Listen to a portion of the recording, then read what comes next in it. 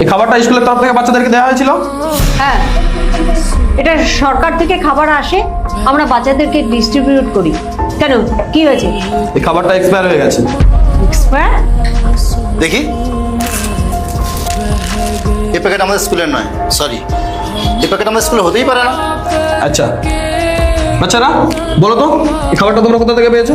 এই খাবারটা আমরা আমাদের স্কুল থেকেই পেয়েছিলাম, আর এই খাবারটা আমাদের ম্যাম এবং প্রিন্সিপাল স্যার মিলে দিয়েছিল। আরে তুমি মিথ্যা কথা কেন বলছো? এই প্যাকেট আমাদের স্কুলেরই নয়, আমরা কোথা দেবো তোমায়? না না, আমি মিথ্যা কথা বলছি না। কে মিথ্যে বলছে কে সত্যি বলছে সেটা আমি পরে দেখছি। আগে এটা বলুন যে এই খাবারটা আপনারা বাচ্চাদেরকে কেন দিয়েছেন? আরে মশাই, আপনি কে? এই স্কুল প্রেমিসেসের মধ্যে ঢুকে পড়েছেন রুলস এন্ড রেগুলেশন ব্রেক করে, আর লুঙ্গি পরে স্কুলের মধ্যে চলে এসেছেন। এই সিকিউরিটি, সিকিউরিটি, তাড়াতাড়ি এসো, একে নিয়ে যাও আর ধাক্কা মেরে এখান থেকে বের করে দাও। আচ্ছা, স্যার কি বলছে সেটা শুনতে পাচ্ছেন না? আপনাকে কেন উত্তর দেব বলুন তো? আর আপনি এখানে এসেছেন কেন? এটা অধিকার আমার, আপনারা বলুন যে এটা বাচ্চাদেরকে কেন দিয়েছেন। অধিকার? কিসের অধিকার?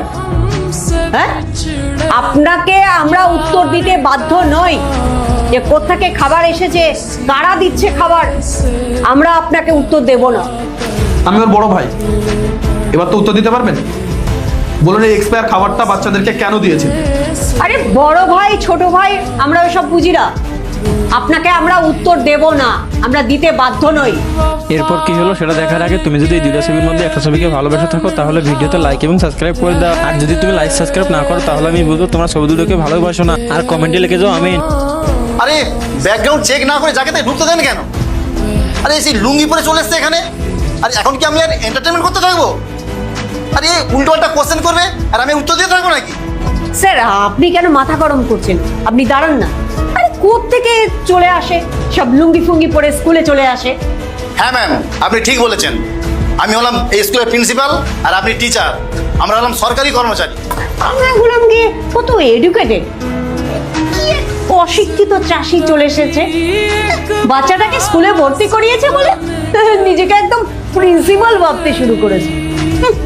বুঝলেন তো ম্যাম, ও না এমনিতে এখান থেকে যাবে না, ওকে এখান থেকে ধাক্কা মেরে বের করে দিন। আর ও কি বা বুঝবে? চাষিবাসী লোক চাষ করে, আমরা ধাক্কা মেরে বের করে দিলে তবেই বুঝতে পারবে যে আমাদের প্রিন্সিপালের ক্ষমতা কতটা। এই সিকিউরিটি, তাড়াতাড়ি এসো। Sorry sir. আরে সরি মানে? তুমি কি শুধু বসে বসে মাইনে নেবে নাকি? ব্যাকগ্রাউন্ড চেক না করে ঢুকতে দিয়েছো কেন স্কুলের মধ্যে? হ্যাঁ স্যার, আমি বের করে দিচ্ছি। চলুন বাইরে চলুন। এক মিনিট।